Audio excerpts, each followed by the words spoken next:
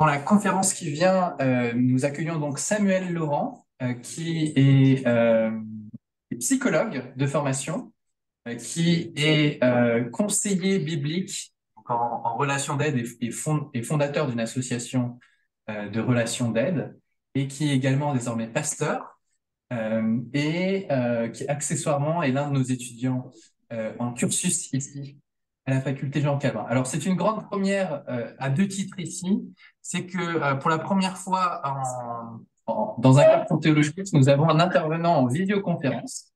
Et la deuxième chose qui est une grande première, c'est que nous avons une conférence qui est consciemment en relation d'aide.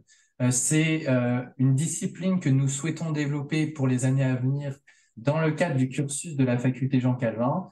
Et il est possible que régulièrement, peut-être qu'on essaye d'en faire un passage obligé, ou autant qu'il est possible sans que ce soit forcé, dans le cadre des prochains carrefours théologiques de la faculté. Pour cette raison, nous sommes ravis d'avoir avec nous Samuel, qui va nous parler d'éco-anxiété, des mécanismes qui sont sous-jacents à l'anxiété peut-être en général et à l'éco-anxiété en particulier, et la manière d'aborder la question dans le cadre notamment de la pastorale. Merci beaucoup, Samuel.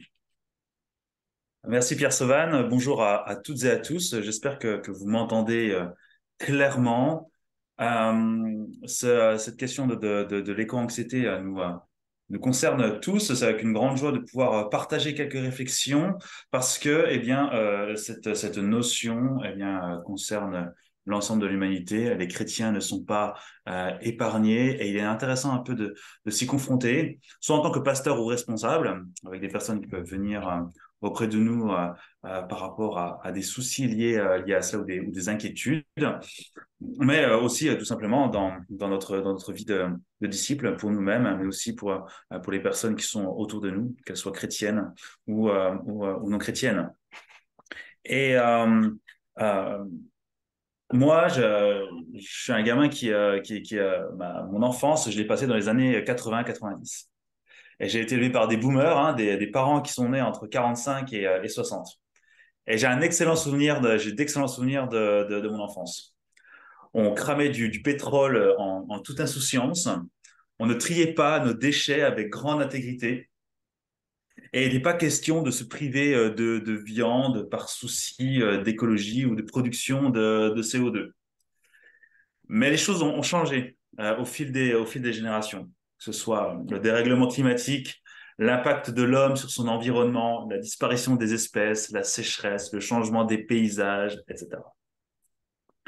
Et concernant mon sujet, eh bien, une chose a profondément changé dans nos perspectives en tant qu'être humain, c'est la question de la certitude de l'avenir.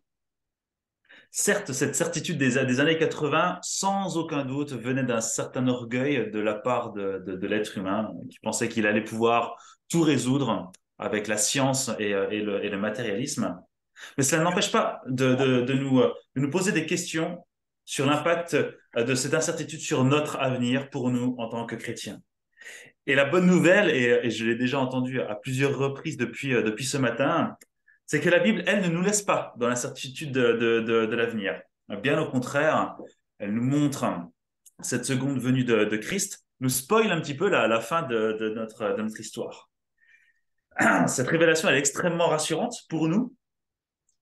Et Dieu sait que on est des êtres limités et qu'on a besoin de se projeter dans l'avenir et de se rassurer de ce que l'on peut devenir. Mais il n'empêche que les questions de l'écologie et du changement de notre environnement nous touchent profondément. Et à l'occasion de cette conférence, lorsque Pierre Sauvan m'a proposé d'animer ce temps, je me suis un petit peu renseigné sur l'éco-anxiété. L'écologie est un sujet qui me touche à titre particulier. Bien sûr en tant que psychologue, j'avais un petit peu étudié la question parce que j'ai un cabinet et à ce titre, j'ai des patients qui me parlent de cette éco-anxiété. Et j'ai fait un petit peu de recherche un peu sur l'étymologie du mot, d'où est-ce que ça vient et comment est-ce que c'est, comment est-ce que ça a apparu. Et la question que l'on va un peu aborder aujourd'hui, c'est la question de notre fonctionnement par rapport à cela, notre fonctionnement organique, notre fonctionnement spirituel, et de voir comment est-ce qu'on peut avoir des outils pratiques pour pouvoir y réfléchir. Alors, la notion de éco-anxiété, hein, vous avez forcément deviné que c'est la contraction entre écologie, qui est la science, qui a pour objet les relations entre les êtres vivants avec leur environnement et les autres environnements, et bien sûr l'anxiété. Et on va bien sûr définir ce qu'est l'anxiété. C'est un terme qui est relativement récent, hein, puisqu'il est apparu dans les années 2000, en 80, en 97. Mais néanmoins, si je pourrais faire une comparaison par rapport à notre univers, les psychologues, hein, c'est un peu comme les évangéliques. Ils n'arrivent pas à se mettre d'accord sur une théologie et plus on avance et plus il y a des courants différents en nuances par rapport à ce que l'on comprend de tel ou tel terme, de ce que l'on comprend de l'anthropologie, etc. Et on n'a pas d'ordre des psychologues en France, et tout le monde un petit peu évolue comme il le souhaite, et s'il n'est pas d'accord, il s'en va vers un autre environnement ou en crée un nouveau, etc., pour être plus à l'aise avec ce qu'il croit. Et l'éco-anxiété, en fait, n'est pas exclu en fait de ces divisions-là, et pour le moment, on a du mal à se mettre d'accord sur ce que c'est. Et il n'y a pas un consensus définitif à ce titre. Cependant, il y a quelques points sur lesquels la plupart des gens sont d'accord. Et ces définitions s'accordent généralement sur deux points.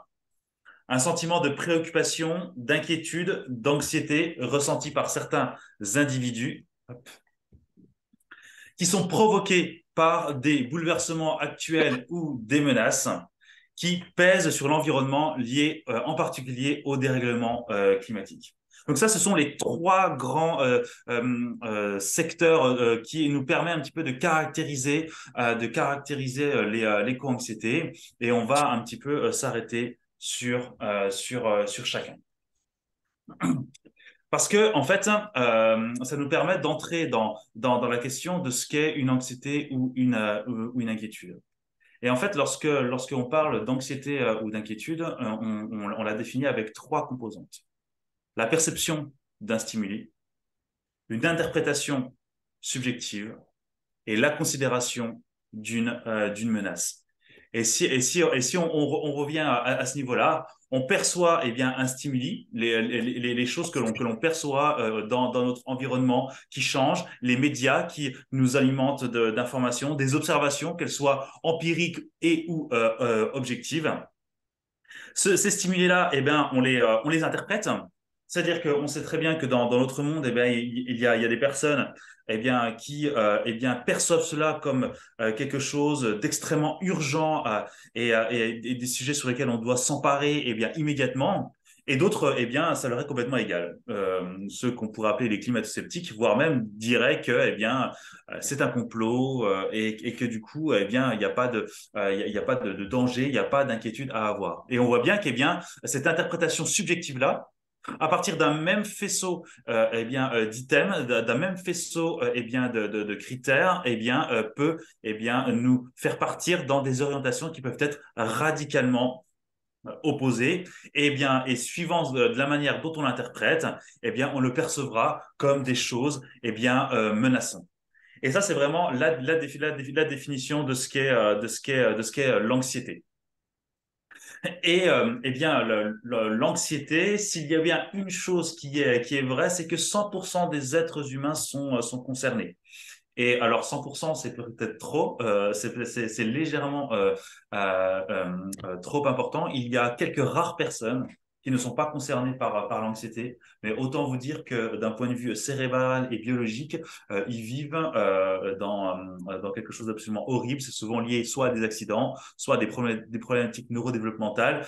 Il faut que l'on soit concerné par l'anxiété. C'est quelque chose, on verra, et qui peut nous être utile. Et quand on parle d'anxiété, quand on parle d'inquiétude, quand on parle de peur, quand on parle de stress, etc., il y a beaucoup de définitions qui viennent de la psychologie séculière. Et des fois, on a du mal un petit peu à se dire, eh bien, lorsqu'on perçoit une émotion, eh bien, d'où elle vient? Qu'est-ce que c'est? Comment est-ce qu'on la définit? En tant que chrétien, on peut estimer assez facilement que l'anxiété vient du péché, et notamment par rapport à la question de la menace, du danger, de la perception du danger et de la manière dont on réagit. Mais par contre, là où on va essayer d'élaborer un petit peu, c'est est-ce que l'anxiété est un péché? Et ça dépend. Et Pierre Sauval l'a introduit par rapport à l'inquiétude. Ça dépend ce qu'on en fait. Ça dépend de la réaction que l'on a. Ça dépend quelles actions on entreprend face à cette émotion. Donc 100% des êtres humains sont concernés. Il y a beaucoup de définitions qui viennent de la psychologie séculière et qui sont parfois difficiles à trier. Et on va voir qu'au final, dans l'ensemble de ces définitions, eh bien, en réalité, c'est un fonctionnement qui est quasiment toujours similaire. Lorsqu'on parle de peur, de stress, d'anxiété, d'inquiétude, etc., eh bien, on va vite voir en fait que notre fonctionnement en tant qu'être humain biologique, eh bien, c'est un fonctionnement qui est extrêmement similaire dans l'ensemble des catégories que je viens de vous mentionner. Et c'est d'ailleurs pour ça que je ne m'attarde pas trop là-dessus, parce qu'au final, toutes ces définitions-là, elles sont pas si importantes, parce que dans notre fonctionnement, au final, eh bien, ça en revient pratiquement au même. Là où j'aimerais ajouter un point par rapport à l'éco-anxiété, lorsqu'on définit l'anxiété, en général, on la définit comme une émotion intense à un moment donné. Et typiquement, vous avez certainement dû entendre parler, ou peut-être que vous-même vous en parlez, de crise d'angoisse. De crise d'anxiété. Et en général, on utilise ces termes-là pour des événements ponctuels, qui peuvent être réguliers, mais ponctuels dans le temps, avec des émotions et des conséquences physiologiques très fortes. Mais l'éco-anxiété, ce n'est pas que ça. Alors, il m'est déjà arrivé avec des patients qui se mettent à pleurer, à avoir une crise d'angoisse à l'idée, effectivement, que le monde est en train de s'effondrer et qu'on est en train d'abîmer la Terre, qu'on est en train d'abîmer notre environnement, qu'on est en train de passer un cap de non-retour.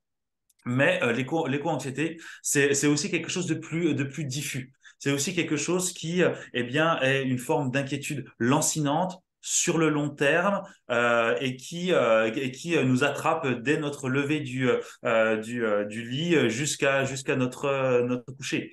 Et j'ai des exemples comme notamment les jeunes générations parmi la population étudiante, où lorsque eh bien on a commencé à mettre en avant ces enjeux écologiques, eh bien on commençait effectivement à avoir une sorte d'anxiété lancinante sur le long terme, tout le temps, une forme de stress qui ne les quittait jamais, et qui les ont amenés ensuite eh bien à avoir des réactions de type à arrêter complètement leurs études pour s'engager dans des ONG, etc.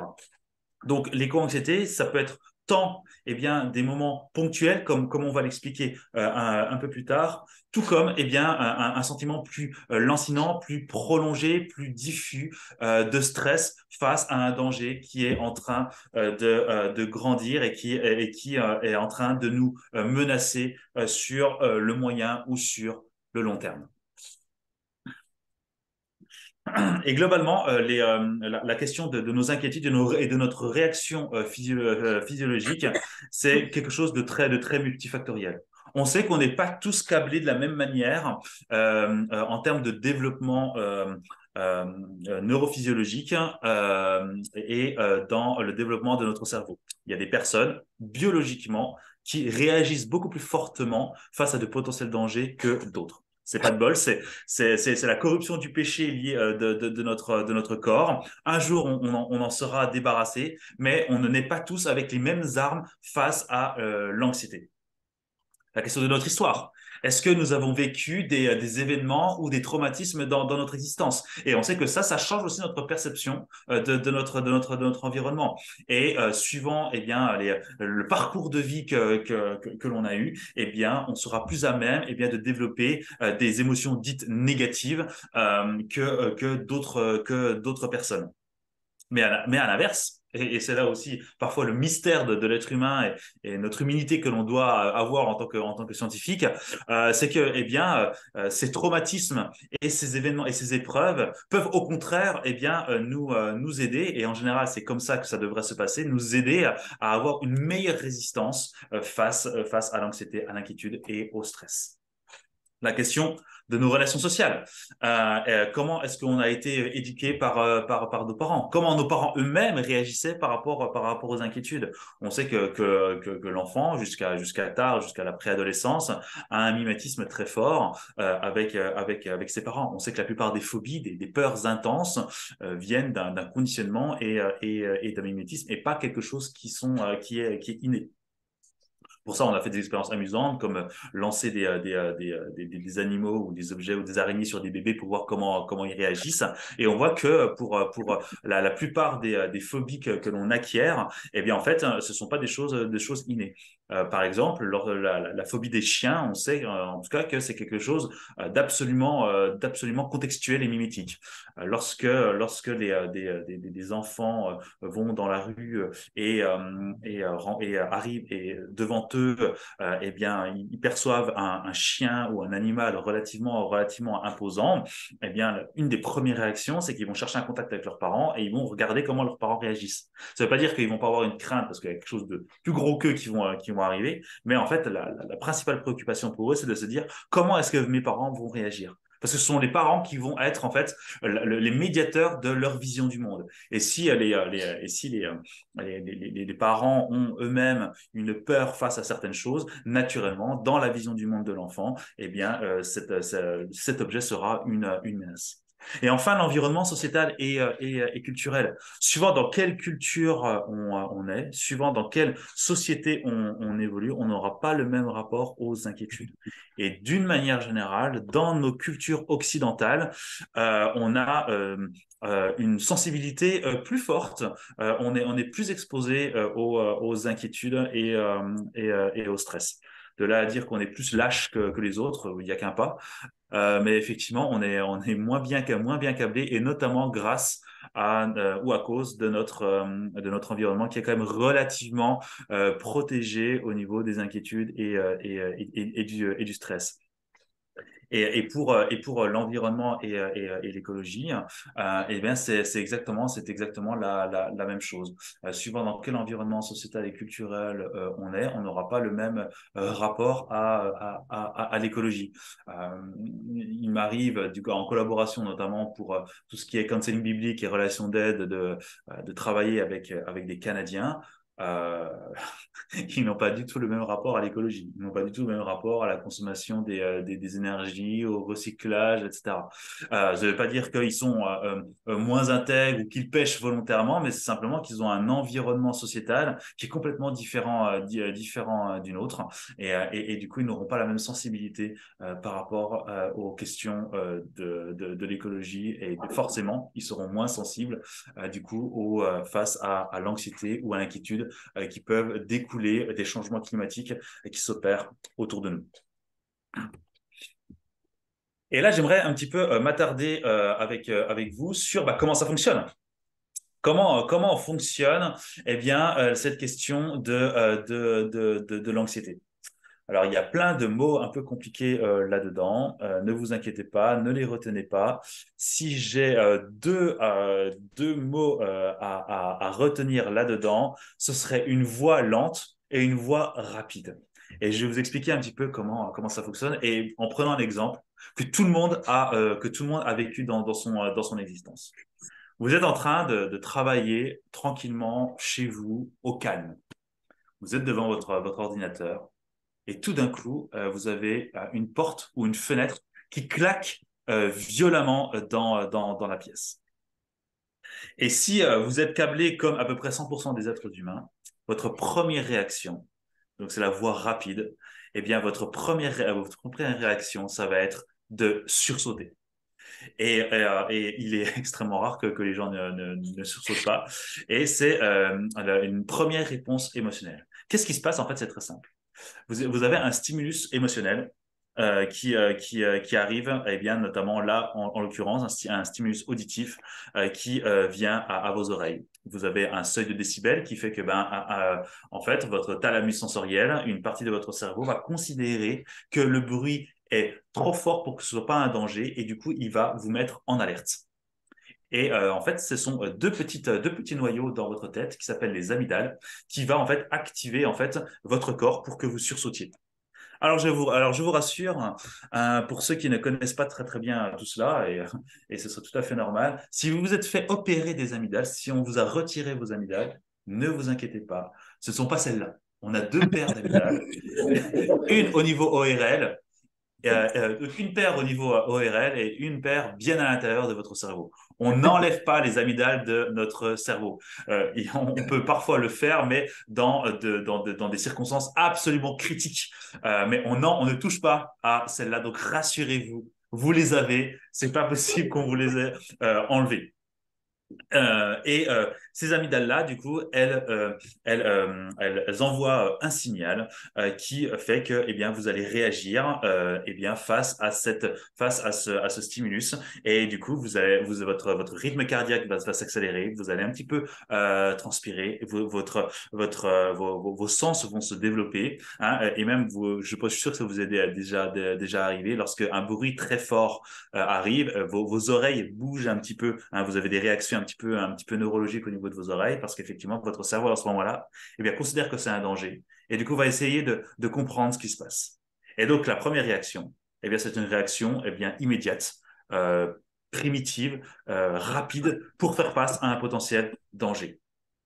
Et parfois, c'est très utile lorsque vous entendez, et j'espère que ça ne vous arrive pas tous les jours, mais on sait qu'en France, c'est déjà arrivé, lorsque vous entendez des coups de feu dans une rue où quelqu'un est en train de tirer et que vous le percevez, eh bien, heureusement qu'on a cette voie sous-corticale qui nous permet rapidement de courir très, très vite pour nous mettre à l'abri et nous éloigner du danger.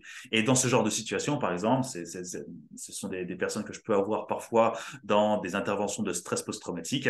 Eh bien, ces gens, en fait, ils entendent des coups de feu, leur mémoire s'arrête, leur corps se met à bouger automatiquement et ils reprennent conscience seulement plus tard où ils se voient eh bien, en train de courir ou à l'abri derrière une voiture, etc. Leur corps ne leur a pas demandé leur avis, il a réagi automatiquement. Mais heureusement, parce que si on n'avait que cette voie-là, le problème, c'est on serait un petit peu soumis à notre corps et à nos réactions. Mais heureusement, on a une voie plus haute qui va faire appel cette fois-ci à notre raison, à nos pensées et des choses sur lesquelles on va pouvoir agir. Et ça, c'est la voie corticale. Il faut bien comprendre que ce ne sont pas deux choses qui vont l'une à la suite de l'autre. Les deux choses fonctionnent en même temps. C'est-à-dire que lorsque vous avez le stimulus émotionnel, les deux voies vont se mettre en action les deux en même temps. Sauf que la voie sous-corticale, la voie rapide, va aller beaucoup plus vite que la voie corticale et on va comprendre pourquoi. Votre cerveau va entendre, va comprendre qu'il y a un fort bruit autour de vous, immédiatement, il va également faire appel à votre cortex sensoriel, en tout cas à votre mémoire. Et en fait, il va balayer dans son catalogue de sons eh bien, pour jusqu'à identifier le son. Et il va balayer dans ce catalogue. Alors, qu'est-ce que c'est ce bruit? C'est un bruit fort, etc. C'est pas une voix. Et il va rapidement arriver sur le fait que le bruit que vous avez entendu, c'est une porte qui claque. Pourquoi? Parce que dans votre vie, vous avez sans doute entendu des centaines de portes qui ont claqué. Et grosso modo, même s'il peut y avoir des claquements un petit peu différents, c'est un petit peu toujours le même bruit et votre cerveau va vite catégoriser cela. Et comme on le voit, en fait, c'est une voix qui est un peu plus lente. Ça va mettre un peu plus de temps que le sursaut, mais ça va quand même être rapide, hein. On compte là, on est sur des vitesses qui sont de l'ordre du millième ou du centième de seconde. Donc, ça va quand même vite. Mais c'est plus lent, mais du coup, c'est précis. Parce qu'en fait, il va analyser et comprendre du coup, que le bruit que vous avez entendu, c'est une porte qui claque. Vous, la réaction, c'est vous allez rigoler. Ah ben, ça, t'es trop bête, t'as juste sursauté, t'as eu peur pour une porte qui claque. Ou alors, éventuellement, vous allez vous mettre en colère parce que j'avais dit à mon fils, lorsqu'il sortait, de fermer la porte et il ne l'a pas fait. Mais en tout cas, votre cerveau va vite comprendre que ce n'est pas un danger. Et donc, il va envoyer un signal à votre corps pour dire, mais t'inquiète, tu t'es emballé pour rien. Repose-toi, redescendre en pression, c'est rien du tout. Et c'est le lien à droite entre préfrontal et amygdale, où votre préfrontal, donc c'est le cerveau que vous avez au niveau de votre front, va envoyer un signal à vos amygdales pour du coup les désactiver afin du coup d'être de redescendre en pression et de retourner à votre travail. Et en fait, vous voyez, lorsqu'on parle de peur, lorsqu'on parle de stress, lorsqu'on parle d'anxiété, lorsqu'on parle d'inquiétude, lorsqu'on parle d'angoisse, eh bien, sachez en fait que votre fonctionnement est toujours le même. C'est toujours celui-là. Et la sensation de stress, hein, ce qui est intéressant, c'est que dans notre culture populaire, eh bien, on a des expressions qui vont avec. Genre, on a une boule au ventre. Genre, on en a plein le dos, etc. Et ben c'est normal et c'est très juste parce qu'en fait, ce sont pas nos amygdales qui nous font ressentir ces choses-là, ce sont nos glandes surrénales. Lorsqu'il y a la perception d'un danger, qu'il soit lointain, diffus ou alors immédiat et une menace réelle, eh bien, notre amygdale va envoyer en fait un signal à nos glandes surrénales. Nos glandes surrénales, c'est très simple, elles sont juste au milieu de votre corps. Elles sont au-dessus de vos reins.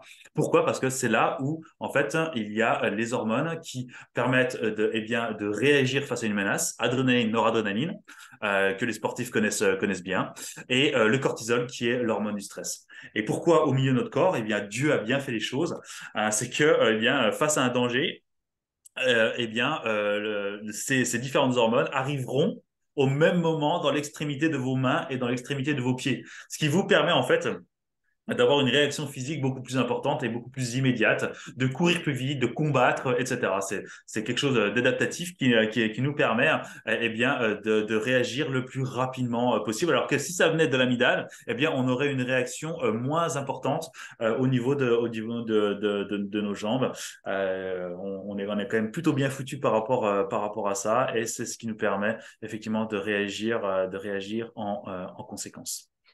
Là, c'est juste pour vous montrer une coupe du cerveau, pour bien montrer déjà où se trouvent les amygdales et comment ça fonctionne. C'est extrêmement bien fait et moi, je suis toujours ébahi de la manière dont Dieu nous a conçus et comment eh bien, ce système-là nous permet de faire face dans un monde corrompu au péché où il y a des menaces, où où il y a des dangers et où on doit réagir en conséquence. Mais comme je viens de vous le dire, eh bien, l'anxiété, l'inquiétude, le stress, eh bien, ce sont des perceptions de notre corps. Les émotions, ce sont des réactions neurochimiques de notre corps. Et par définition, eh bien, puisque ce sont des réactions neurochimiques, c'est comme si c'était un tableau de bord devant vous qui vous indique comment est-ce que vous interprétez les choses autour de vous qui vous indique en fait que de la manière dont vous réagissez par rapport aux informations que vous percevez. Maintenant, la grande question, c'est comment est-ce qu'on réagit face à ces informations? Comment est-ce qu'on réagit face à nos émotions? Comme je prends souvent l'exemple, lorsqu'on voit Jésus-Christ, lui-même n'a pas été épargné par ses émotions. Il a eu peur, il a été triste, il a été angoissé au point de transpirer des grumeaux de sang, etc. Et pourtant, il n'a pas péché. Ce qui nous indique là une bonne manière d'adresser la parole de Dieu vis-à-vis de nos émotions. Et ça, c'est quelque chose qui a été assez prégnant dans le milieu chrétien, et c'est encore beaucoup présent aujourd'hui dans un certain nombre de courants évangéliques, où on met la primauté sur les émotions. On met la primauté sur les émotions par rapport à ce qui est vrai, et on met la primauté sur les émotions par rapport à ce que Dieu veut nous dire. Et en fait, c'est d'une naïveté. C'est très mal comprendre de la manière dont on a été conçu. Mais c'est aussi mettre nos émotions en dehors de notre corps et mettre nos émotions comme si elles n'étaient pas atteintes par le péché. Or là, je vous montre quelque chose en fait, où on voit que c'est clairement quelque chose de corporel et de biologique et que par conséquent, de facto, c'est corrompu par le péché. Et que forcément, notre perception de notre environnement est corrompue par le péché. Et que, eh bien, nos interprétations ne sont pas forcément justes, nos interprétations ne sont pas forcément bonnes, même à présent. C'est comment est-ce que la parole de Dieu peut venir à la rencontre de ces interprétations-là pour venir éclairer par sa lumière et par sa vérité, les zones d'ombre que l'on peut avoir. Les enjeux dans ma vie chrétienne. Comme je l'ai déjà dit, on est tous concernés par l'anxiété et il faut bien se dire qu'on n'y échappera pas jusqu'à la fin de notre existence sur Terre. Et comme je l'ai dit également, Dieu nous connaît parfaitement. Et je crois aussi que Dieu nous a créés avec ce système-là pour faire face à un monde corrompu par le péché. Et nous voyons aussi, et c'est aussi une source de réconfort, que Jésus-Christ a partagé l'ensemble de nos souffrances, y compris ces souffrances dans son corps par rapport à ces émotions-là. Ed Welch, qui est un auteur que j'apprécie, qui est aujourd'hui, si je ne me trompe pas, le directeur du CCIF, qui est le pendant counseling biblique, accompagnement pastoral de la fac de théologie de Westminster, qui dit que la peur et l'anxiété sont des prédictions de l'avenir, que ce sont des dons de Dieu. Et lorsque l'on voit eh bien, comment est-ce qu'on réagit face à notre environnement et combien de fois eh bien, cette peur, cette anxiété nous permet effectivement de nous prévenir de certaines menaces ou de nous défendre ou de mettre en place des moyens de prévention ou de résolution de problèmes, eh bien, je crois qu'on peut le dire, ainsi en l'explicitant un petit peu davantage. L'anxiété est une réaction face à quelque chose qui agit négativement sur notre monde. Et là, c'est important parce que c'est sur notre monde, sur notre représentation du monde. C'est une sonnette d'alarme que l'on doit entendre, mais qui peut parfois sonner faux ou d'une manière excessive. Et c'est là où, eh bien, on va pouvoir réfléchir, soit pour nous-mêmes premièrement, soit également pour les personnes que l'on peut avoir en accompagnement, comment est-ce qu'on peut eh bien, travailler cette anxiété. Ces anxiétés, elles existent, ok? Et de toute façon, on ne peut pas dire à quelqu'un, t'es anxieux? Bah, arrête. Non, c'est pas possible. C'est notre corps et il réagit comme ça. Et de toute façon, on ne peut pas faire autrement eh bien, que de les vivre. Par contre, on va voir aussi eh bien, comment est-ce que nos pensées et notre cœur peuvent changer eh bien, notre perception de notre environnement et comment, du coup, notre perception de notre environnement eh bien, peut eh bien, modifier nos émotions et, dans le meilleur des cas, notamment, eh bien, abaisser certains seuils d'émotions et, et l'intensité de certaines émotions. On s'inquiétera toujours, comme j'ai dit, et on a de bonnes raisons de nous inquiéter dans un monde déchu. La mort, les relations avec les autres, combien de personnes sont en burn-out aujourd'hui, l'argent, le travail, etc., etc. Mais pour le sujet qui nous concerne aujourd'hui, il y a bien sûr des choses aussi que l'on observe. Le changement de notre environnement, l'extinction des espèces, notre avenir ou celui de nos enfants. Qu'est-ce que l'on va laisser comme environnement eh bien, pour nos enfants? L'anxiété et les émotions négatives qui nous permettent d'appréhender nos inquiétudes pour les diriger eh bien, vers Dieu. L'anxiété et nos émotions négatives nous donnent des indices sur ce que l'on pense vraiment. Et nous donnent des indices, en l'occurrence, sur ce que l'on pense eh bien, de la Terre, de la création, des espèces qui sont autour de nous, de notre avenir, de notre responsabilité vis-à-vis de la création. Quel fardeau est-ce que l'on porte sur nos épaules vis-à-vis de l'écologie, de la sauvegarde des espèces et de notre environnement? Est-ce que ce fardeau est juste en tant que disciple, ou est-ce que sur certains points, et on va le voir après, eh bien, on ne se met pas à la place de Dieu vis-à-vis de notre impact sur l'écologie et sur l'environnement. On s'inquiétera toujours. C'est une vérité absolue jusqu'au retour de Christ. On sera toujours assujetti à ces émotions. Mais ces émotions, elles nous donnent de très très bons indices par rapport à ce que l'on croit et par rapport à ce que l'on vit. Et vis-à-vis de l'environnement, c'est exactement la même chose. Cette inquiétude, que ce soit des crises d'angoisse ponctuelles ou alors un stress plus lancinant, des inquiétudes plus longues et plus diffuses, nous donne eh bien, des indices sur notre vision du monde, sur notre représentation du monde. Et la question ensuite, c'est de savoir est-ce que notre représentation du monde correspond à celle de Dieu et de sa parole. Et s'il y a eh bien, des changements à faire, eh bien, quels devraient être ces changements?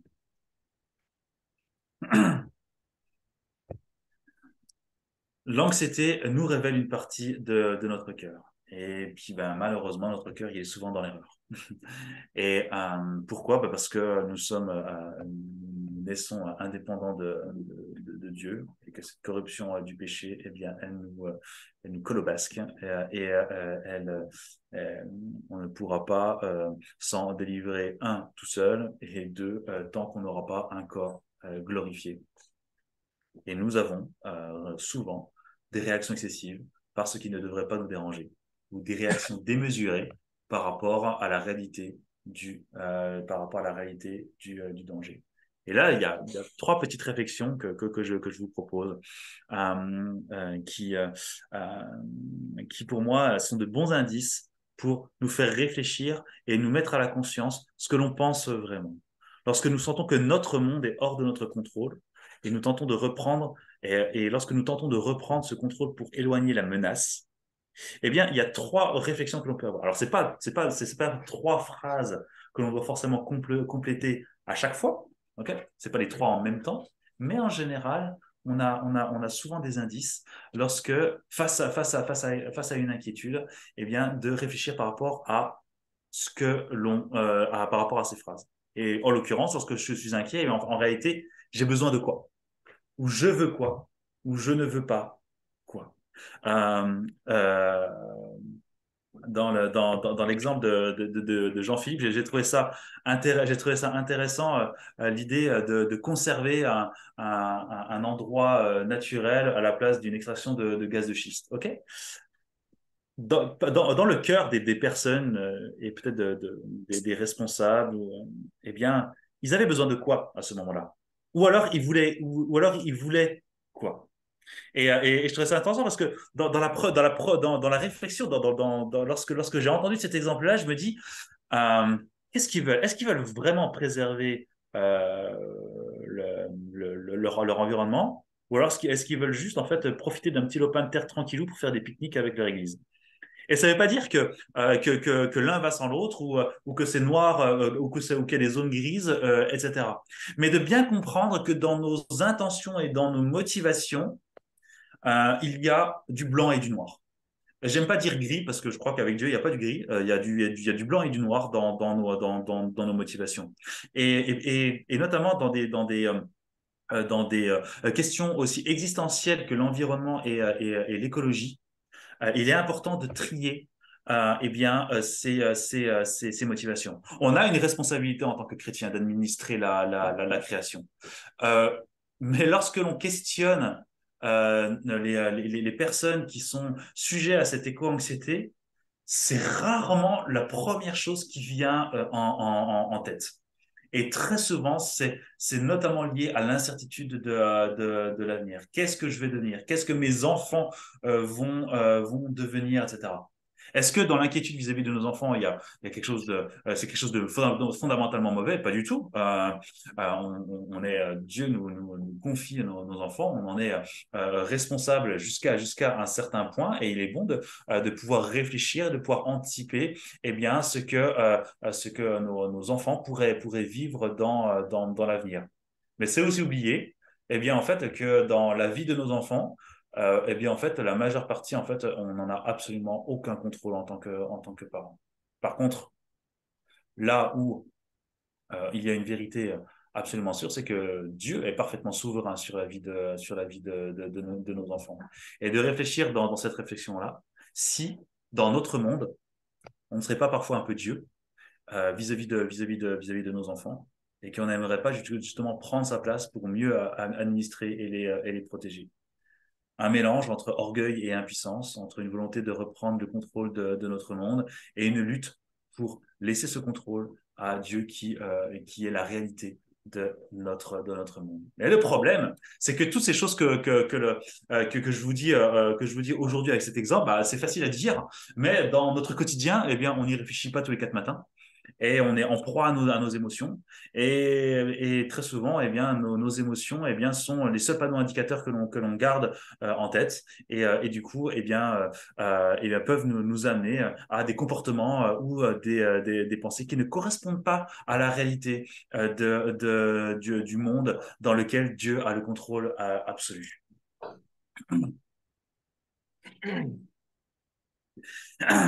Et c'est la question de nos réponses face aux situations inquiétantes ou stressantes. Lorsque l'on observe le monde qui consomme toujours plus, qui modifie toujours plus l'environnement, quelle est notre réaction face à cela? Et lorsque l'on ressent nous-mêmes les effets de ces changements dans notre chair, moi, à titre personnel, j'ai jamais vécu des étés aussi douloureux en termes de chaleur que ces dernières années. Alors, certains diraient que c'est des complots, etc., mais je suis migraineux et notamment sensible à la chaleur. Et j'ai vécu des étés d'horreur ces dernières années. Et les effets du changement climatique, on les sent dans notre chair, on les sent en bord de mer, on les sent dans plein d'environnements différents. On voit hein, que malgré les appels à quelque chose de plus raisonnable, de plus raisonné, eh bien, le monde continue à consommer toujours plus, continue à cramer les richesses, continue eh bien, à creuser les inégalités et modifie toujours plus l'environnement. Pour certains, ça leur est égal. Et pour d'autres, ce sont des situations extrêmement inquiétantes ou stressantes. Mais, et c'est là où on peut revenir aux trois réflexions, qu'est-ce que l'on veut? Qu'est-ce que l'on ne veut pas? De quoi est-ce que l'on a besoin? Et comment, en fait, nos émotions, eh bien, nous donnent des indices par rapport aux réponses face à ces trois questions. Et lorsqu'on a ces réponses, eh bien, on peut les remettre facilement en perspective avec la parole de Dieu. Qu'est-ce que la parole de Dieu dit par rapport à nos réponses? Est-ce que nos comportements, est-ce que nos actions, eh bien, euh, sont intègres vis-à-vis de Dieu, correspondent à une vie de disciple, ou alors est-ce qu'il y a des choses à corriger par rapport à notre péché? Ah, désolé, il y a une lettre, il y a un X qui s'est barré, une faute de frappe. Dieu nous donne de bien meilleures raisons pour répondre aux problèmes de la vie. Ce qui est sûr, c'est que en tant que chrétien, eh ben, nous ne résoudrons pas la crise écologique et nous ne résoudrons pas la problématique du péché du cœur humain. Sauf que il faut bien admettre et il faut bien confesser eh bien, cette vérité-là, on la met très souvent derrière nous pour essayer d'entreprendre et de reprendre le contrôle. Et j'aime bien ce verset de Psaume 94. Quand une foule de préoccupations s'agite au-dedans de moi, tes consolations remplissent mon âme de délices. Quand une foule de préoccupations s'agite au-dedans de moi. Je trouve que c'est très parlant. Une foule de préoccupations, c'est presque une personnification où dans notre tête, tout s'en mêle, tout s'enchaîne et nos pensées fusent à 1000 à l'heure et parfois, alors que ben, au début, on prenait juste un café, on s'emballe jusqu'à arriver à une réaction en chaîne terrible. Et ça, si à un moment donné, eh bien, on ne se reprend pas avec la parole de Dieu et avec la vérité, eh bien, on peut finir dans des situations ou dans des circonstances terribles. Dans tout ce qui est éco-anxiété, beaucoup de personnes ont vraiment trouvé un sens existentiel à leur vie. Et on voit que bah, ce sont des personnes qui ont changé radicalement de vie. Jusque-là, pas de problème. En tout cas, des problèmes mesurés. Et puis, en fait, ils commencent ensuite à s'engager dans de l'activisme extrêmement fort. Et tout ça, et on le voit dans les interviews, et d'un côté, je suis admiratif et en même temps triste de voir en fait que ces gens, eh bien, avec leur inquiétude face à l'écologie, se sont engagés corps et âme, c'est le cas de dire d'ailleurs, dans des activités jusqu'à s'épuiser eux-mêmes. Une réaction en chaîne tellement forte qu'ils passaient jour et nuit à œuvrer pour l'écologisme, pour le climat, etc. Et finalement, ils se sont écroulés dans un épuisement, dans un épuisement terrible. Et on voit que nos émotions peuvent être de très, très mauvaises conseillères de notre manière d'administrer notre temps et notre énergie et peut-être quelque chose qui peut être mortel pour nous. Mais on voit aussi eh bien, que les consolations de Dieu par rapport à notre destinée et à la destinée de ce monde, eh bien, sont eh bien, des vérités et qui doivent nous réconforter et qui doivent aussi nous reprendre par rapport à ce que l'on croit dans notre quotidien. Est-ce que ce que l'on croit dans notre quotidien par rapport à la fin de ce monde, eh bien, correspond à ce que dit la Bible ou pas? Ou est-ce que dans nos actions, on reflète une autre vision du monde? Deux points pour terminer. Euh, L'anxiété, eh bien, se caractérise presque, je pourrais ôter le presque, tout le temps par des choses que nous ne possédons pas ou qui dévient de notre vision du monde, et ça, je l'ai déjà expliqué. Et le contentement, à l'inverse de l'indifférence, nous offre une stabilité fondamentale. La question, c'est pas d'être indifférent par rapport à ce qui se passe dans notre monde, mais c'est aussi d'apprendre, eh bien, à nous contenter de ce que l'on a, de ce qu'on a aujourd'hui, de nous contenter de notre dépendance à Dieu. Même si parfois on pourrait reprocher à Dieu d'être inactif, d'être passif, de nous laisser dans ce monde, etc. Eh bien, Paul nous apprend que cette dépendance est absolument indispensable et que cette dépendance nous permet aussi de nous reconnaître en tant que créature. Et je pense qu'il y a vraiment parfois une nécessité à la repentance pour nous et par rapport à notre orgueil, même dans ces moments critiques, parce que très souvent on se met à la place de Dieu. Ou alors même, on a le culot de se dire, si j'étais Dieu, je ferais mieux que lui. Et que du coup, clairement, si j'étais Dieu, je ne laisserais pas ça comme ça, etc. Mais peu importe les circonstances, ce que l'on lit dans la Bible, c'est que Dieu est constant, éternel et digne de confiance, et qu'il est souverain sur la création, et qu'on ne devrait pas être surpris de ce qui se passe autour de nous. C'est écrit noir sur blanc dans la parole, mais ce qui est aussi écrit noir sur blanc sur la parole, c'est qu'il y a une personne qui restaurera la création ou qui en créera une nouvelle, suivant ce que vous croyez en termes de théologie, on va pas se battre pour ça. Euh, il y a une personne, c'est Dieu qui le fera. Et il n'y a que Dieu qui peut le faire. C'est écrit noir sur blanc dans la parole. Et j'ai hâte, moi, personnellement, d'observer cela lorsque la création cessera de souffrir. Le contentement de croire que Dieu a tout entre ses mains, qu'il nous donne ce dont on a besoin pour notre vie de disciple, et de comprendre eh bien, qu'il ne laisse pas sa création à l'abandon, et qu'au jour précis où il l'aura décidé, elle sera renouvelée dans l'éternité. Mais c'est pas parce que, et comme je l'ai dit, c'est pas parce que Dieu s'occupe de tout que nous on doit s'occuper de rien.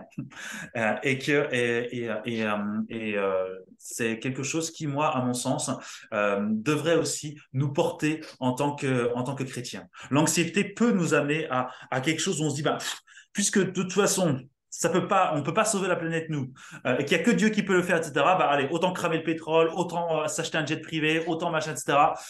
Et du coup ne pas s'occuper de tout cela. Ou au contraire, de se retrouver prostré dans une forme d'impuissance en se disant, mais alors, mais qu'est-ce qu'on peut faire? Tout va s'écrouler, on peut rien faire, on est tellement minuscule, etc.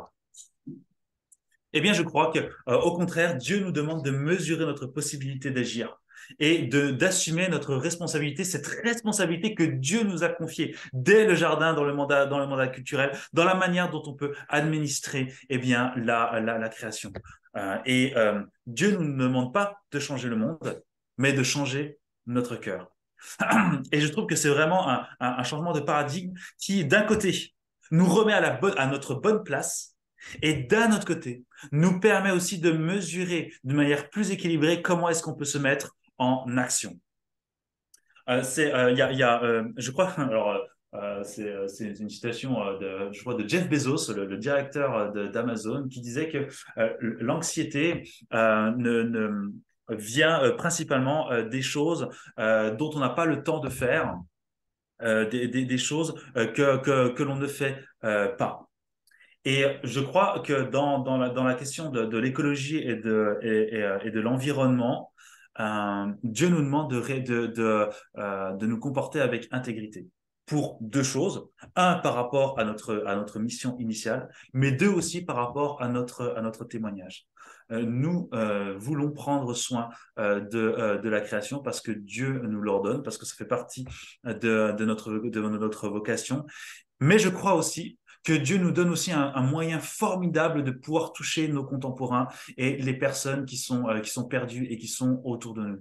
En tout cas, en France, je vois que la plupart des personnes sont soucieuses de l'écologie. Et je crois que, eh bien, que l'écologie et que la sauvegarde de l'environnement, la préservation de ce que Dieu nous confie est un formidable moyen de pouvoir entrer en interaction avec les gens. Euh, et, euh, et la question, ce n'est pas de se dire, eh bien, comment est-ce qu'on peut sauver le monde, mais comment est-ce qu'on peut témoigner de l'importance de la création que Dieu nous donne pour nous en tant que créature. Nous avons une responsabilité à être intègre vis-à-vis de la création. Et c'est un moyen de grandir en sainteté et en maturité spirituelle. Notre rapport à la création est un des domaines où Dieu attend de nous eh bien, un changement de notre cœur. Parce que administrer justement la création qui est autour de nous, c'est aussi être plus dépendant de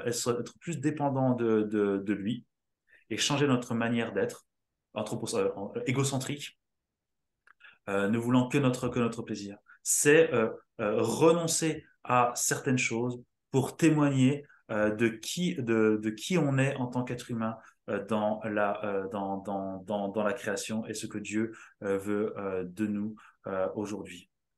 Et on est vraiment sur une question pastorale là, parce que eh ben je pense qu'il y a une infinité de possibilités de pouvoir le faire. Il n'y a pas un mode d'emploi par rapport à cette mise en action. Et chacun peut le faire à son niveau, avec ses moyens, dans son environnement, dans sa culture, etc. Mais on ne devrait pas, on ne devrait pas s'épargner de le faire parce que je crois que c'est vraiment un des domaines où eh bien, Dieu attend un changement dans notre cœur. Euh, j'ai quasiment terminé, je regarde l'heure, je crois que j'ai déjà un petit peu dépassé. Euh, une réflexion globale et pratique pour pouvoir résumer l'ensemble des choses. Euh, Déjà, c'est marrant, j'ai mis à la fin, comprendre nos émotions négatives, leurs mécanismes et leurs processus. C'est ce qu'on appelle en psychologie la mentalisation. Et je crois que ça, c'est vraiment quelque chose qui nous permet de nous aider à grandir en tant que chrétien. Euh, et euh, euh, nos émotions, c'est notre tableau de bord qui nous permet de comprendre eh bien, les menaces potentielles, qui nous permet de comprendre notre vision du monde, qui nous permet d'éprouver ce que notre cœur aimait vraiment eh bien, en termes de conviction et de croyance.